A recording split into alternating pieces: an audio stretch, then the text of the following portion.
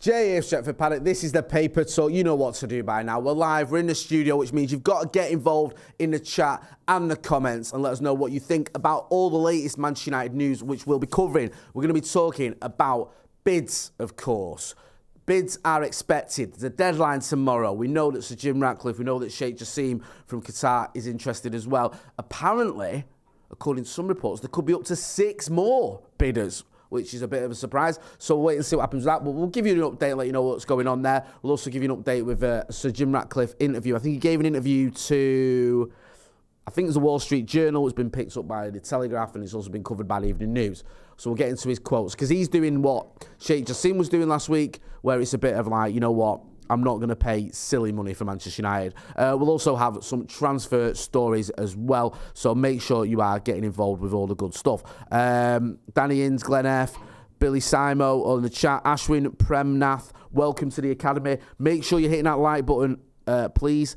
Joe Howard says, morning, Jay. A back four of Williams, Rojo, Martinez and Wan-Bissaka. How many red cards a season? I don't know. A few. Marcus Rowe, he didn't even get a red card with us, did he? Interesting question, but yeah, I don't think he did. Right, should we start with Mitoma?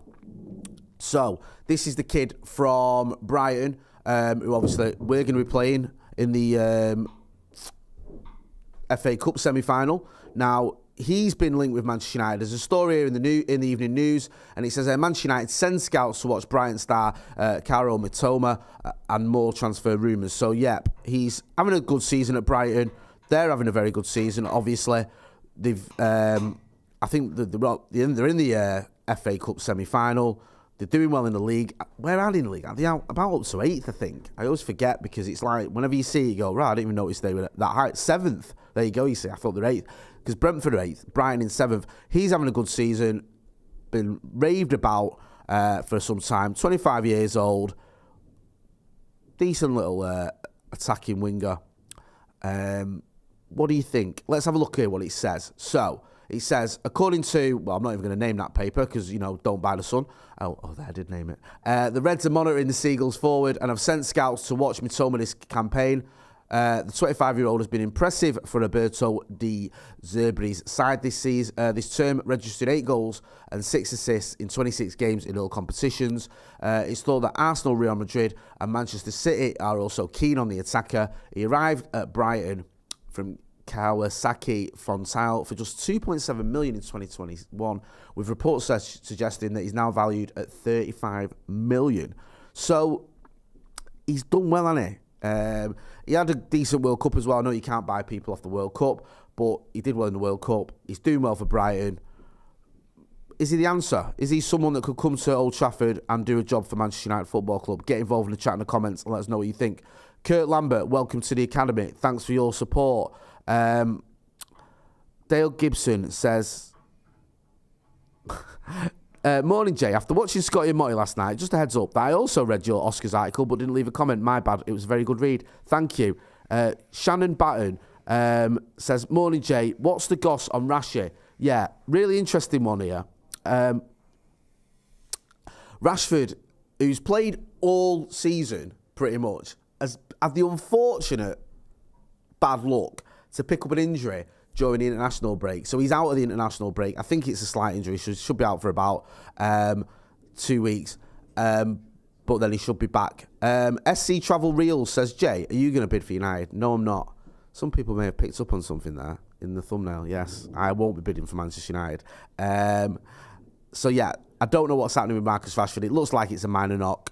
We'll have to wait and see. Santa Notch says, starting to be well impressed with Evan Ferguson and hearing he's a United fan. Someone to get in and develop. Yeah, we've heard some good things about Evan Ferguson. Also, the fact he's a Red as well. Apparently, he's a big fan of Danny Welbeck. So, I'm a big fan of his.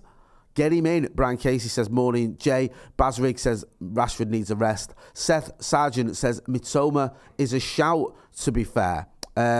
Jake Harvey also says, 35 million is peanuts in the modern game. Make sure you're hitting that like button, people. Let's get to 200 likes on this video.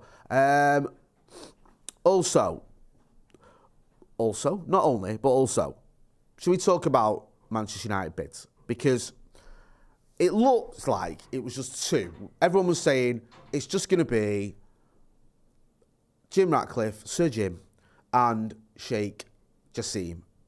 Those are the two bids, Ineos and the chap from Qatar. However, it now appears there could be more. Sky put this out last night. This was on their channel, and they put a tweet out. So it says more than 5 bids expected. But if you look at the Sky tweet, it says up to 8 bids could be made for Manchester United before Wednesday evening's deadline for second offers. So that's a surprise, isn't it? Because everyone's sort of been focused on Ratcliffe and Jassim. No one's really thought about whoever else there could be. There was talk that the Elliott Management Group could help fund some sort of bid or financial help for even the Glazers, it was suggested. We had the story yesterday, though. The Glazers are going to sell.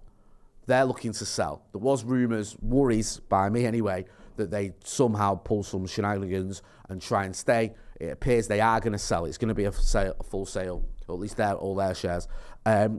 So that's good news. Now, 8 bids. Who are these other bidders? They're not me. We know 2 of them. Who are the others? Get involved in the chat and the comment. Let us know what you think. I mean, it wouldn't surprise me if there were more than 2, because we saw it with Chelsea, didn't there? There were loads of bids with Chelsea. I don't think there's been that sort of demand for Manchester United. Well, don't say it's not demand. I think the price has been a lot higher than Chelsea. Also, people have maybe looked at the Chelsea thing and gone, Todd Boehly's consortium probably overpaid. They did overpay for Chelsea, I think, and they've had to spend a lot of money to get Chelsea where? 10th in the Premier League. So whoever comes in has got to spend money on the stadium. They've got to invest in the team. They've got to spend money on the training ground. There's also the debt, what's happening with that. So there's a lot of money that's going to need to be spent when whoever comes in. We'll have to wait and see. Jed91 says Stretford, Paddock and the Red Knights joint bid.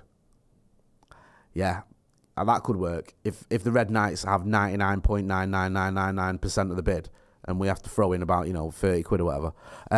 Manish Bandari says Qatar will pay the price and provide Glazers with investment opportunity in Middle East to get this through. Seems quite a reasonable comment, that. Wouldn't surprise me. There was talk that Bin Jassim's bid, Thomas Mitchell, welcome to the Academy, by the way, that they would say to the Glazers, look, we can open up some markets for you in Qatar. King Dino says, Jay to be CEO. I tell you what, you'd be screaming, bring back Ed Woodward if you left me in charge of it. In fact, no, you wouldn't, because I'd make free entry for all games and, meet and greets with all the players on a worldwide tour. M says, with Boehly bidding included $2 billion investment. That's why it was $4.25 billion. You're going to need a lot of investment in Manchester United, probably maybe even more than $2 billion, I think. I don't know. The debt's, $600 million, 570 million maybe. The stadium, you're probably looking at about $1 billion there. Training ground, some people said that could go up to $1 billion. I don't know, or maybe not that much actually, maybe about $500 million. So there's about $2 billion. It depends, doesn't it? We'll have to wait and see what happens. Right. On Sir Jim Ratcliffe, he's been speaking. I think he spoke to it was a Wall Street Journal. I'm just going to pull out some of the quotes here. So he said he would rather walk away. Yeah, it was the Wall Street Journal there, you can see it. He would rather walk away from Manchester United bid than pay a stupid price. And then, you've got some quotes there. He says that, how do you decide the price of a painting? How do you decide the price of a house? It's not related to how much it costs to build or how much it costs to paint. Ratcliffe said, what you don't want is to pay stupid prices for things because then you regret it subsequently. It says he's a lifelong fan. He was at the new camp in 99 and all that jazz. It's weird, isn't it? Because a few months ago, everyone was sort of falling over backwards for Jim Ratcliffe. So, I'll get Sir Jim Ratcliffe in. There was a lot of people online and in the chat and the comments whenever we covered it, and people saying just, on socials, saying, Ratcliffe, he's, almost like our saviour, get him in and all that sort of stuff. And then now with the Qatar bid, I've seen a lot of people online almost dismissing him, almost saying he needs to move out of the way, get out of the way for the Qataris. Listen, I don't think that's the case. I don't know if he does need to get out of the way. I think it's whoever bids the most money is going to get it. And he's got a lot of money. I know he's not got Qatar money. He should have enough money to bid for Manchester United. Otherwise, I don't even know why he's starting negotiations, to be brutally honest. And he should have enough money to invest in the team and all the rest of it, because he's still worth, I think, around 20 billion. He's just not worth as much as Qatar. Now, if Qatar, when I say Qatar, I mean Sheikh Jassim. Sheikh Jassim says, right, we're going to go all out, pay whatever it takes to get Manchester United. He's got more money than Sir Jim Ratcliffe. I think he'll end up going to the Qatari delegation. But we'll have to wait and see. There was meetings last week, weren't there, with Sir Jim Ratcliffe and also the Qatari delegation. So they're obviously both interested. We know the Glazers are looking to sell. Well, let's wait and see what happens. Bucko says, Jay, who's in your all-time Premier United five-a-side team? I would say my all-time Premier United five-a-side team, I'll go with Van der Sar in goal, Stam as one of my centre-backs. I'll have Keane in midfield alongside Scholes, and then up front I'll have Rooney. That's my five-a-side team. I know I've missed out loads of legends there, but I can only pick 5. Give me a break. Jake Harvey says, I still like Ratcliffe. He's a serial winner with his sporting investments, but it seems less and less likely when the Qataris come knocking. I mean, he does seem like he's second favourite to be successful with this bid, because when you look at it and you go, the Qataris and the amount of money, like I've said, despite the fact he talks about being a boyhood United fan and wanting to do it for the right reasons, you just think, I get all that and I like it, but also Sheikh Jassim says he's a United fan now. He's coming with that argument. He's saying, I support United. I think his group that he's like the management group or whatever you want to call him, the sort of going to look after Manchester United if he's successful, are called the 9-2 group, apparently, because of the class of 92. That's what he's named him after. So you'll have to wait and see what happens. It looks like Qatar are favourites, but I don't think you can count out Sir Jim Ratcliffe just yet. I don't think he'll have gone through all this just to not at least make a second bid. P. Savage says, what's with the Bruno hate? I don't know. I think we covered this on the podcast yesterday. He's been getting a bit of a stick on it because people looked at Mitrovic's push on the ref and said, well, why didn't Bruno get a red card for his push on the linesman at Anfield? But it's completely different. It barely touched. For starters, it wasn't a push. It was more like a barely touched him, whereas obviously Mitrovic completely lost his head. So I don't think the two are the same. Now, we do know when we're going to find out about these bids, when they're going to be made. There was a tweet that went out earlier from Alex Shaw. I think he's at the Telegraph now. And he said, it's an update. He said, deadline for second bids for Man United at 9 p.m. tomorrow. So tomorrow at 9 is the deadline. And we should know then who's bidding or what the bids look like. I mean, we might not know by 9 o'clock. We might have to wait until it's announced. But that'll be the deadline. We'll have to wait and see whether that is going to be Qatar, Sir Jim Ratcliffe, or anyone else. Brian Casey says, has Bruno been arrested for assault yet? It's a good question. Don't forget to hit that like. Please hit that like. LJM87 says, follically challenged army. One of them emojis. Yeah, I like that. Red Lad says, all the people who tried to buy the club will support United. At least the guy from Oldham is slightly more likely. Yeah, I think you might get a lot of that. People just saying, yeah, they do. And you can make your own minds up about that one. Santa Knox says, Bruno push, outrage for 2 months is the new Rashford offside. It really is. Miles High said, Salah pushed the ref at Old Trafford when Bruno was holding on to the ball. Nobody said a thing. Really good point. I don't remember that. I remember Bruno holding on to the ball. I'll have to have a look at that. Dale Gibson says, I've seen that Fulham are references Bruno's incident at Anfield in their defence of Mitrovic, getting an increased ban. It's embarrassing. Manish Bandari says, Jay, what's your scalp care routine? Need one for that kind of shiny head. Just a bit of moisturiser, bro. Shave it every morning. Slap a bit of moisturiser on. Jobs are good. And you're good to go for at least the next 16 hours. Sushanth Kinney says, where would United play if OT's being rebuilt? Certainly not at City's ground. Saw this ridiculous article saying Wembley. No, I think there's an idea that if United's ground gets rebuilt, or if they build a new stadium, they could build it next to Old Trafford, use Old Trafford as the stadium for the time being, and then once the new stadium's finished, demolish Old Trafford and move into a new stadium. That was what I saw sort of being suggested. I don't know if that is the case.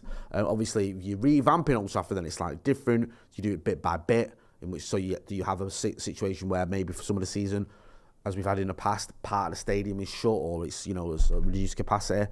Perhaps I personally, and I know I'm in the minority here, I personally think we're better off rebuilding Old Trafford. I know people go, oh, you can't rebuild Old Trafford, it's iconic and all that. But I just think that if you did rebuild it, all your history comes with you. I know most people disagree with that. Chris Jover says, Jay, would you rather Sir Jim or Qatar? It's a tough one. I keep getting asked this. And I think, you know, they both got various issues going on, haven't they? And I've always said that about, you know, the Qatar bid. Is it Sheikh Jassim? Is it him? If it's him, then I haven't got an issue with anyone from Qatar owning Manchester United. If this is part of, you know, the state, is it state-owned, then you get tied to the state. It's always a little bit worrying that. So Jim, people talked about greenwashing, which I didn't even know was a thing. That was a new one to me, saying he's using this to distract from his environmental issues. So yeah, there's both little bids, and also with Sir Jim, there's this added thing about, is the debt still going to be there? I think Ineos take on the debt. A lot of people are turned off by that. So I'd like to wait and see how this all pans out. And also with these other bids coming in, we may end up with neither of them. Jed92 says, Jay, are you second in command of Stretford behind Stay?